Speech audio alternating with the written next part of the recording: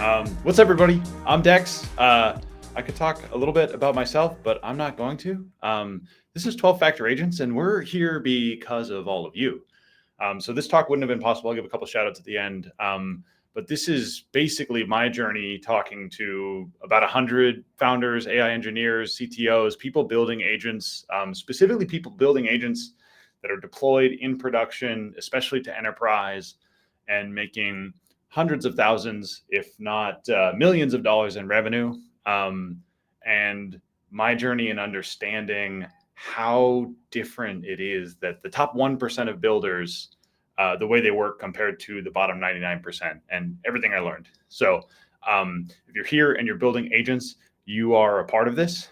And I'm really excited to share my learnings, and especially excited for the questions, discussions. I might even try to wrap a little early so that we can have a longer discussion. What's it like to build agents in 2025? If you're like me, you went on some kind of journey that looked like this, where you decided you want to build an agent. You did some product design, some UX, you figured out what you wanted to build. And then we're all engineers here. We know how to use libraries. We don't build everything from scratch. So you pick up a framework and you get to work, and you can ship something really good, really fast with a lot of off-the-shelf tools. And it's 80% is good enough to get the CEO really excited about the project and double your budget and tell you to go hire a bunch of people. But it's probably not good enough to put something in customer hands. And we'll get into what I mean by 80% in a minute. And you realize that, like, in order to get past that 80%, you end up 9 layers deep in a Python call stack trying to figure out, how does this prompt get built? Or where do these tool calls get injected? Where's this all coming from? And if you're like me and a lot of people I talk to, you kind of just start over from scratch and you use the base API calls and you build your own thing. Or one project I went on was to realize that this wasn't even like that good a problem for agents. One of the first agents I built was over a year ago. I had a make file with a bunch of tasks to build my projects, and I created a small agent. It said, you have a tool to read the make file, and you have a tool to run the make tasks. Go build my project. Couldn't figure it out. And again, this is GPT-4. This was almost like pre-4.0 even. But it did things in the wrong order. It skipped steps. It just didn't understand how it worked. And after like 2 hours of just kind of messing around, tinkering on a Saturday afternoon, I just kept updating the prompt. And I had the prompt very specific of like, use this one and then use this one and then take the output from this one and feed it into this one. And by the end of it, I got it to call the tools in the right order, and it could actually access the file system, and it could build the project. And then I reflected and I said, wow, like, if I had not tried to build an agent, I could have written the bash script to do all. I already knew what the workflow was. I could have written a bash script to do all that in probably about 90 seconds. So not every problem needs an agent.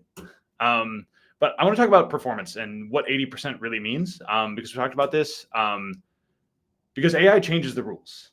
Can you imagine if your REST API failed on 20% of requests? I'd call that an outage. I tell all my customers the API is down. But and in pre-AI, you had things like latency, uptime, cost, and security. With AI, we also care about accuracy. And there's this other dimension of performance where it's like, it's normal for your thing to be factually incorrect, to hallucinate. People have a tolerance for that. But your goal is to maximize accuracy. And so 12-factor agents, and we're going to talk about context engineering, it's really all about performance in that sense of not speed, not cost, not latency, but how do you actually get the AI to reliably solve problems in a way that people can trust it, in a way that it can be trusted to do high stakes work. So I went on this journey. I think a lot of you have also been on similar journeys or about to go on such journeys. And what I came out of it with was that there are some core things that make agents really, really good. Doing a greenfield rewrite, we throw out the old software and we're doing the new software now. We're doing agents, and we got our 7 agents, and here's what we're going to build. Is like, please no. Take small modular concepts from your existing code base, from agent building, and apply them to your existing code base. And what's cool about this is I don't think you need an AI background to do it. This is really about, it's a lot less about making models better or training or fine tuning or all the stuff we've been talking about. The RL talk was super interesting. This is about how do you take the best model you can get your hands on today and get the most out of it. So just like Heroku published this thing called 12-factor apps, which was a system of kind of conventions for how to build software that would run well in the cloud. We didn't even have the term cloud native yet. But if you're deploying software in the cloud, you are doing almost all of these things, and you don't think about it. You have version control, and you have tests, and you have a build pipeline. This doesn't need to be said anymore. And I think basically my thought is that we need something similar for agents. Of just like, what are the core building blocks? No matter how you're building it, no matter where you're shipping it, no matter what problem you're solving, what things hold true for all agent implementations. And again, this is just, I can't take credit for coming up with a lot of this. This is me talking to 100 people who figured this out in a way that let them build really cool products and really cool businesses, and then writing it all down. So we put up this GitHub repo in April. Turns out a lot of people felt this. We were on the top page of Hacker News for all day. A bunch of impressions on social. I will just present this slide without comment, and is on track to hit 10K stars. With all of your help, I'll put up a QR code again later. That one was only up for a sec. Compared to something that feels super hypey like MCP, I think a lot of people identify with what we found and what we were saying here. So there's already 14 contributors to 12-factor agents. And what really shook out of this was this idea that blew up in June called context engineering. So this is a picture. It's slightly, I made the text a little bit bigger, but this is basically a picture that was in the original 12-factor agents from April. Swixwood even went so far as to put the main text on the AI engineer talk from June as context engineering. And by the way, as we're going through, I'm going to blast through the center meat of this presentation, because if you really want all those details, you can go watch the other talk. And I want to get to kind of like looking back after 3 or 4 months and what we've learned since then. If you want to go watch the talk, you can go watch it. It'll be easy to find. So that was June 3rd. On June 12th, Walden from Cognition wrote this really cool essay on how they learned and what they learned building multiple agent systems and what they realized doesn't work well. 6 days later, Toby from Shopify came out and talked about essentially like how he thinks about context engineering versus prompt engineering. Andre Karpathy jumped on a week later. And so they had this whole thing of like, what is context engineering, all this stuff. And like the definition of context engineering, in my mind, again, it's all about performance, but it's expanded a little bit. When I talk about context engineering, it's really about how do you build a really good agent? How do you build a bunch of software that is powered by LLMs that feels like a cohesive digital person that is helping you do your job or helping you accomplish a task or entertain you? Context engineering now, as it is used today, can also be used to mean how do you use an agent. So you're jumping into deep research, or you're jumping into Claude Code, and you're giving it all the right pieces of information in a single prompt so that it can do its job properly. That is now also, I think, a valid use of the term context engineering, but I'm going to talk less about that. I'm going to talk more about building software that is powered by LLMs that and you're engineering the context that goes into your individual API calls. So just to clarify that, you're going to listen to this talk, and it's going to sound like I'm here to talk trash on all the frameworks. The things that are out there are incredible. The frameworks are really, really good. They moved us forward in a really important and powerful way. This is, if anything, a list of feature requests, a list of design principles. This is the things that frameworks in AI, the next generation of AI frameworks, need to enable us to do in a way that saves us time on the stuff that's tedious, but allows us to move fast and have control over what's going on. So if I'm not here to bash framework, what am I here to do? I want you all to question everything you know about agents, unless you already watched the other talk. Don't question any of that. But open the black box and understand agents from scratch and build great agents with sound engineering practices. Sounds good? Again, I'm going to blast through this middle section of the talk. If you wanted more detail, you can go read the repo, and you can also go watch the AI engineer talk, which is another 17 minutes of your time. There will also be QR codes at the end if you want to go read. So I want to stop on this one, though. This is the most important factor. The thing that makes LLMs good, the things that makes agents feel magical, is the ability to take a string like this and turn it into JSON that looks like this, is taking raw unstructured input and turning it into something that a program will use to go execute something meaningful in the world, whether it's fetching data or changing data or pushing data out. It doesn't matter what we do with the JSON. Those are the other factors, but you can start moving towards agentic software just by doing this pattern. That's factor one. Factor four, tools are structured outputs. I'm going to start speeding through, but basically, like, tools are not that fancy. The idea of tool use, like, I don't say tool use considered harmful in the sense of like it's bad to give AI access to the world. I mean that the framing of the idea that tool use is some alien entity interacting with the world, I think, is like counterproductive to building good agents, because all that's happening during tool use, I'm sure many of you have seen this under the hood, is an LLM is outputting JSON. Deterministic code is going to do something with it, and maybe you'll feed those results back to the LLM. So if you can make models like this, you can feed them into a switch statement like this, and you can run some code. But there's nothing special about it. The orchestration and control flow stuff, again, I'm going to go through this pretty quickly. But the way we got here is basically we're building software, which is already a graph. We got these DAG orchestrators like Airflow, Prefect, all these sorts of things, really good technology that gives you a lot of affordances. But the promise of agents is you don't have to write the DAG yourself. You give the LLM a event and a goal, and it will traverse through the graph in its own way and try to figure out exactly what needs to happen next. And we model this as a loop. And if you were going to kind of animate what happens, you have your event that goes into the LLM. It's going to pick tools over and over and over again. And at each iteration, you're taking the updated context window and feeding it into the prompt. And as a whole, this whole thing is your agent. But this is a simple software construct. And so if we can separate out the core pieces of this architecture that let you do this kind of dynamic graph building in real time as the data is being processed, then you can get a lot more flexible and powerful applications. So again, it turns out the bigger that loop gets, it doesn't really work. We'll get back into that. Long context windows are really, really hard. Even as models get smarter, you'll always get better results with like a really small, focused prompt and context. But we can build on this. And so if you say, what's an agent really? You've got your prompt, which is going to turn something, usually a context window, but could be an initial event, into JSON. And I don't know about you all, but I'm a software engineer. I've written a switch statement before. I've written a for loop, and I know how to turn data into strings and strings back into data. So a lot of these pieces are not that complicated, and you can build them yourself. And so that's what we're going to talk about today.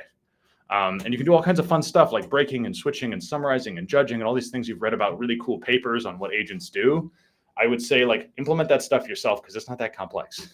5 and 6 are similar. I'm not going to go a lot here, but this is about launching and pausing and resuming agents. Basically the idea that if you have your agent loop built like this, and let's say it gets triggered by a REST or an MCP call, we build some context and we push that into the model, then we call a long running tool. We can take that context with the long running tool selection, put it in the database, interrupt it, and then go launch that long running job. When the job is finished, it will post a webhook back to us with the state ID and the results. We can use the state ID to fetch the context out of the database, and then we can append the result. And then we push it right back in. The core of this thing is all stateless. So agents are just software, I think is the big takeaway there. And you should maintain flexibility. So that's 5 and 6. Owning your prompts. Again, there are frameworks that can template you out a pretty good prompt. As you get to that 80 and push through the boundary, you probably want to own every token of the prompt because LLMs are pure functions. The only thing that affects the quality of your agent is how good are the tokens coming out. Is it selecting the right next step? Is it selecting the right parameters? The only thing that influences, other than getting a better model or changing the model parameters, the only thing that influences the performance of your agent is which tokens are you putting in. So I think Nimrod had a good talk about like you could pick from 3 different models and 5 different prompts and a couple other things, and you have this explosion. So really focused on like, if you're not changing the model and the temperature and the settings, how can you get the best results by messing with the actual tokens you put in the prompt? And I don't know what's better. I don't know what the right approach is. The prompts off the shelf from the templating frameworks may be the best, but I know the more things you can try, the more likely you are to stumble onto something that is really, really powerful and differentiated. Similar with on your context building, not going to talk too much about this, but the way you pass information in, you can have a string of tool calls, or you can just pass everything that happened in a single user message. As long as you're conveying to the model what happened and you're asking it, hey, choose the next step, you can do a lot of things that are not the like standard recommended context window management. And so you can do this in Python really easily by stringifying stuff. We do a lot of traces in this XML stuff and just put the whole thing in the user message. I'll show you a real example later. And like, yeah, look at if you wonder why all the like pros use XML instead of JSON when they stuff data into an LLM, there's a lot more token efficiency. This is more meaning dense. The LLM has to read less stuff to get the same meaning out. And if you don't own your context window, you can't do these kinds of inspections. So that's owning your context window. Again, tokens in, tokens out, and everything in building great agents is context engineering. the prompt, the memory, the RAG, the agentic history, structured output, it's all part of this idea of how do I get the right tokens out of the model? And I don't know what's better, but I know you want to try everything. So that's on your context building. The error stuff is pretty fun, but I'm going to skip over it. But basically, by telling a model it did something wrong, okay, it doesn't want to advance past this video. Yeah, there we go. So if you have an error, you can catch the exception, put it on your thread, and try again. Obviously, this can spin out. You have issues with the model making the same error over and over again. I'm sure lots of you have experienced that. The answer is on your context window. Don't put the whole error in. Clean out errors once you get a valid tool call. All kinds of things you can do here to make this better. Contacting humans with tools. This is another one I'm going to kind of gloss over, but you should go watch the other talk. Is basically like a lot of people I've talked to are using tool calling for everything and having a specific call or multiple different types of functions that allow the model to declare its intent to respond to the user in various ways, whether it's request clarification or final answer, we're done, or et cetera, lots of different options. So this is what some of our traces look like that enable the model to request human input as a tool call. Let's do these outer loop agent things, all kinds of fun stuff. And again, I don't know what's better. If you get good results by using that final like stop token that is like, hey, we're outputting plain text now instead of JSON, you should do that. But I know you should try everything. So that's contact humans with tools. If you are going to contact humans with tools, you might as well give the model the ability to talk to the human where they already are, instead of forcing everyone who's using agents to have like 6 different browser tabs for every agent. Put it in their Slack, put it in their email. Your adoption will go up. And this is hard to do because human communication over email and Slack is genuinely asynchronous. So without the control flow stuff, you lose a lot of the flexibility you need to make these stateful asynchronous workflows work well for your problem space. The last one is this small focus agents thing. We talked about this loop and why it doesn't really work.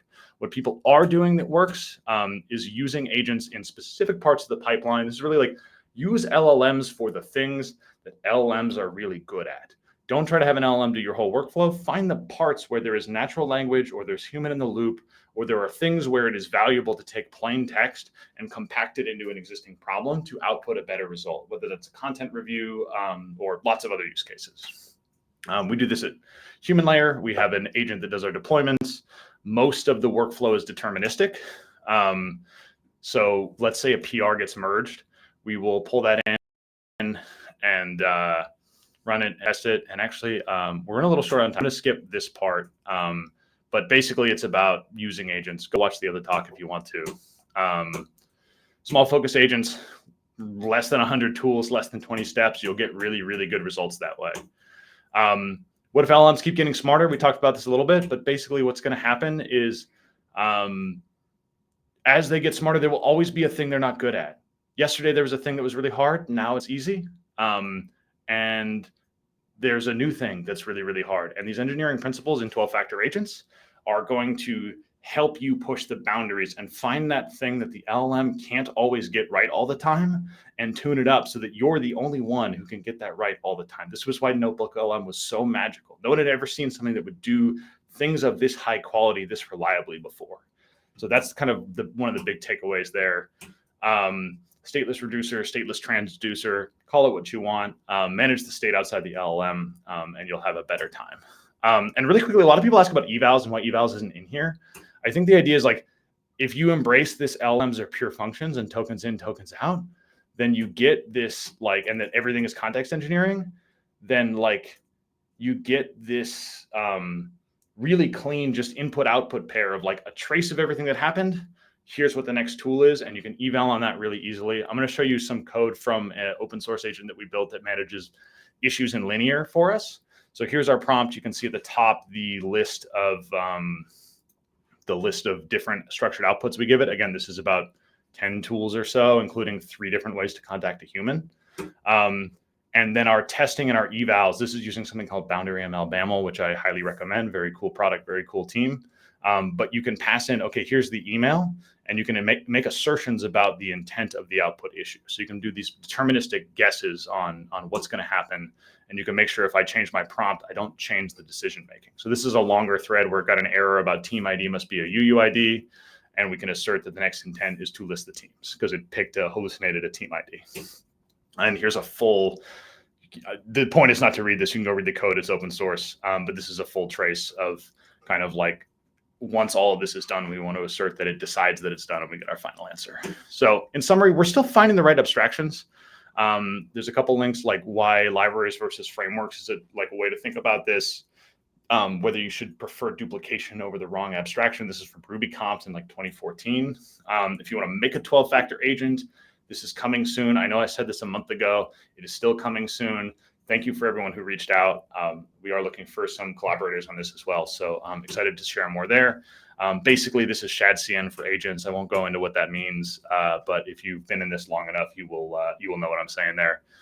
So in summary, agents are software. You can write a for loop, you can write a switch statement, you can serialize a string. So write the dang software. LLMs are stateless functions. Everything is context engineering. Own your state and control flow. Find the bleeding edge.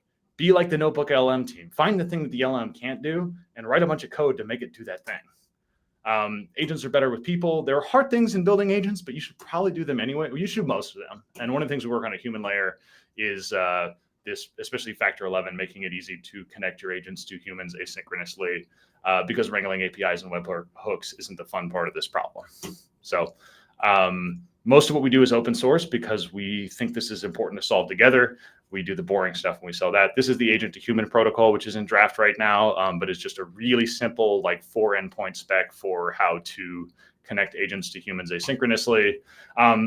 That's all the pitching I'm going to do today. I mostly just love automating everything, and I had a great time learning from the community and writing it all down and sharing it with everybody. So thank you all for being here. Let's go build something. One shout out is to I do webinars with Vaibhav, who was one of the kind of like original architects of the 12-factor agents methodology. We kind of came up with this model together at a hackathon back in November. So if you want to learn more and do hands-on workshops, there's a link for that on the last slide. Thank you so much. There's the GitHub. There's the link to the workshops. If you want to chat more, find me on X. I'm Dex Horthy. You can find me on LinkedIn. I'm much more active on X though. So please hit me up. Would love to chat more. Would love to see what y'all are working on. I think that's it. That's 12-factor agents. Awesome. Again, another information dense talk. Loved it. Some folks were asking in the chat about the other talk that you were mentioning. So those of you who were asking, I put the link in the chat. So go ahead and pull that. And so just like maybe ripping through some questions here while we have some time. Awesome. First thing, you mentioned that for the looks like you're building some kind of tool to like build 12-factor agents, and you're looking for collaborators. Where do people go if they're interested? That is a great question. I would say ping me on Twitter or open an issue on the GitHub repo, and the discussion will probably happen there. Cool. Perfect. Awesome. And folks, again, if you have questions, feel free to drop them in the chat, and I will transmit them back over to Dex. But maybe while we're waiting, a few other questions. Maybe they'll lead into some hot takes. So, one of the things that caught my eyes talking about tool calling in this, and I'm just curious, given your experience of like talking to a lot of people, developing this 12-factor framework, what is your take on JSON tool calling versus like code execution? Like generating code instead of like actual JSON tool calls. Okay, so just having like, instead of like wiring up, let's say the resend.com MCP server, just have the model write JavaScript that calls the API and then execute that code in a sandbox. Yeah, or something that I often see is like people defining util functions, which are like the tools you can call, and then just generating code. And there's a lot of people that like point out that JSON tool calling like models are pretty bad at outputting JSON. And also like it's hard to do like composition with that. So just curious, like how you see this juxtaposed with 12-factor agents. Yeah, I mean, I think it all comes down to like thinking at the level of abstraction inside the agent loop, because you don't just have to blindly call tools in a loop. And so if you can get the agent to output code, you can then pass that to another agent that reviews the code and asks a human for the right secrets. And you can kind of like delegate all these responsibilities out in a way that is deterministic, where you're not depending on the agent to call code. As far as like agents calling tools with JSON. There's a bunch of different ways to do that. I know that the quality goes down when you do constrained generation. One of the examples we talk about on the AI that Works show is this idea of like when you do code generation and you're writing Python and it's output in a JSON object and you force constrained generation, when you get to the end of that new line, the model's really going to want, the next logit is going to be like 99% to pick the new line character. But because it's in JSON and that's not valid JSON, it will be you're going to zero out that thing. And then you're going to be stuck with like 1% for the backslash and then 1% for the N. And like basically like it becomes way harder to get the model to, and backslash and N in almost every tokenizer are two separate tokens, by the way. There's no single token for the backslash N. I think that would be like, if you had a code optimized model, maybe that would be the case. But so that's another thing to think about. If you can have the model write code in the way that it wants to write code, which is the way code is written in the training set, that's better. And I think most models are much better at writing code that way. So that's like why the JSON tool calling is off. A lot of people have written like custom prompts that tell it to output XML and custom XML parsers that handle the output. It's tricky. Again, the boundary ML folks have a really crazy like Rust-based parser that can take busted JSON and turn it back into real JSON, which is kind of a really interesting approach to the problem. There's one other thing I wanted to say, but I forgot. So there's just so much here. Yeah. Yeah. Awesome. I think we've got some other questions in the chat, and we might have a couple of minutes. Maybe we'll take one more question. So somebody asked, thoughts on safety? Prompt injection, jailbreak, and MCP with root permissions is an unsolved problem, but increasingly there's edge cases solved by the frontier models. So what's your mental model for working in this space safely, but still quickly? I mean, again, it comes down to like, get your hands in the logic of the loop. MCP, I think, is really good for adding AI functionality or adding new functionality to AI for people who are not technical. So like someone, or like just technical enough to be dangerous, right? If I'm not super technical, I can paste a pile of MCP JSON into Claude Desktop and like suddenly connect it to all my stuff. I think if you're building agents and you're controlling the loop and it's not just a blind call tools until some token comes out that says we're done, then you have a lot more control. And you can say, cool, we're going to call this tool, but before the output comes out, we're going to use a really small dumb model that's not going to follow instructions and use that to like as a guardrail. So like the answer is like, if you build in this way and you control every like token of the prompt and everything that goes in and everything that comes out, then you get a lot more flexibility and control. And the answer is like, it's going to be different for every use case. There's no like magic, just like with memory, there's no magic abstraction that solves the memory problem. And the people I know who are building agents that have really good memory, these like AI tutors that help kids learn math and stuff, and they like have really good like memory over weeks and months. All of that is built from scratch. Awesome. I think that's all the time we have left. We have our next speaker getting ready, but thanks so much for sharing so much. So remember, hit up that GitHub repo, find Dex on Twitter, and